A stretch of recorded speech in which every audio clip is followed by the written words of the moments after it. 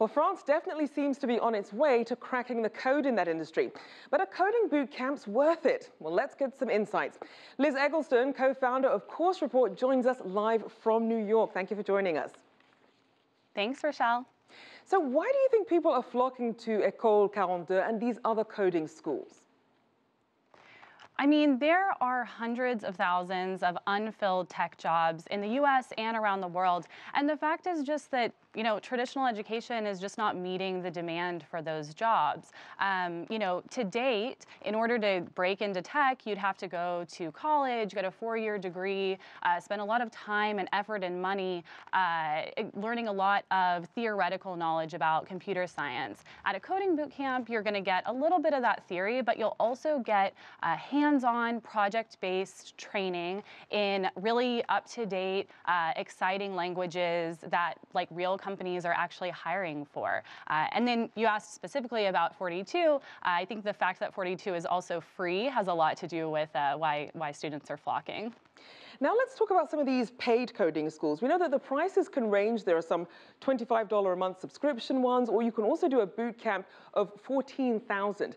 Are graduates equipped enough with the sorts of skills that employers say they're looking for?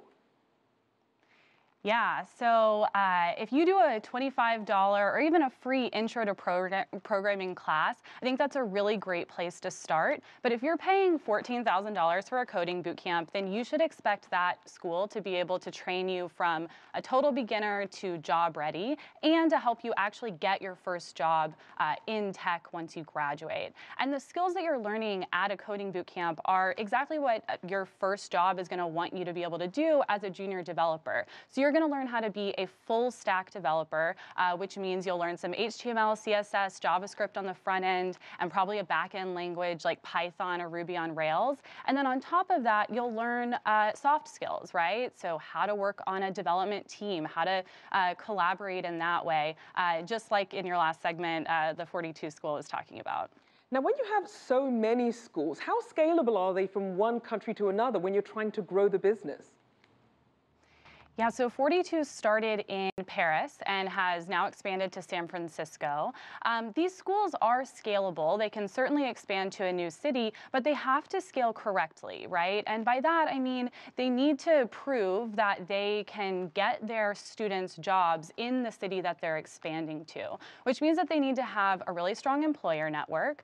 They need to have buy-in from the city that they're going to expand to, whether that's from government or from tech leaders. I think 42 is a good example of that because when they expanded to San Francisco, they really got that buy-in before they just, set up shop. But yeah, I think, there are tech jobs available in so many different industries. It's not just Silicon Valley. It's industries from finance to healthcare, et cetera. And so as long as you can identify that demand, I think, it's totally scalable.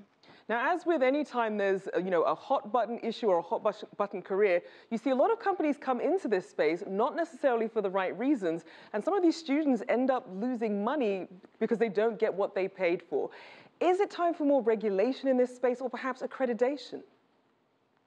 Absolutely. I do think it is time for regulation. And, on a student's part, I always tell students, there are bad actors in any industry. And so you have to do your research. Read alumni reviews, reach out to alumni on LinkedIn and ask questions specifically of them. And then before you sign a check, actually visit the school, right? Like go to an info session, at least talk to somebody on the phone and ask questions about their outcomes. You want to know exactly how many people have graduated, what types of jobs they're getting, the average starting salary that they're getting after they graduate. And that leads us to talking a little bit about accreditation and regulation, right?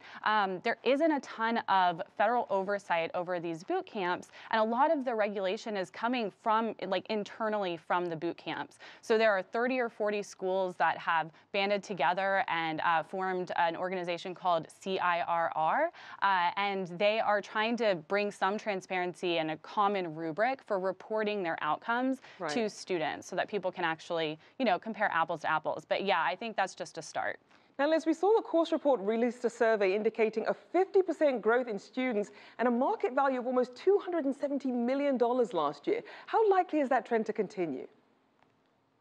I think the trend will continue, you know? I mean, as long as students are still getting legit jobs after they graduate, and in our experience, in our research, we find that 80% of graduates get jobs as developers after they graduate, and they're making $70,000 a year in the US, which is not trivial.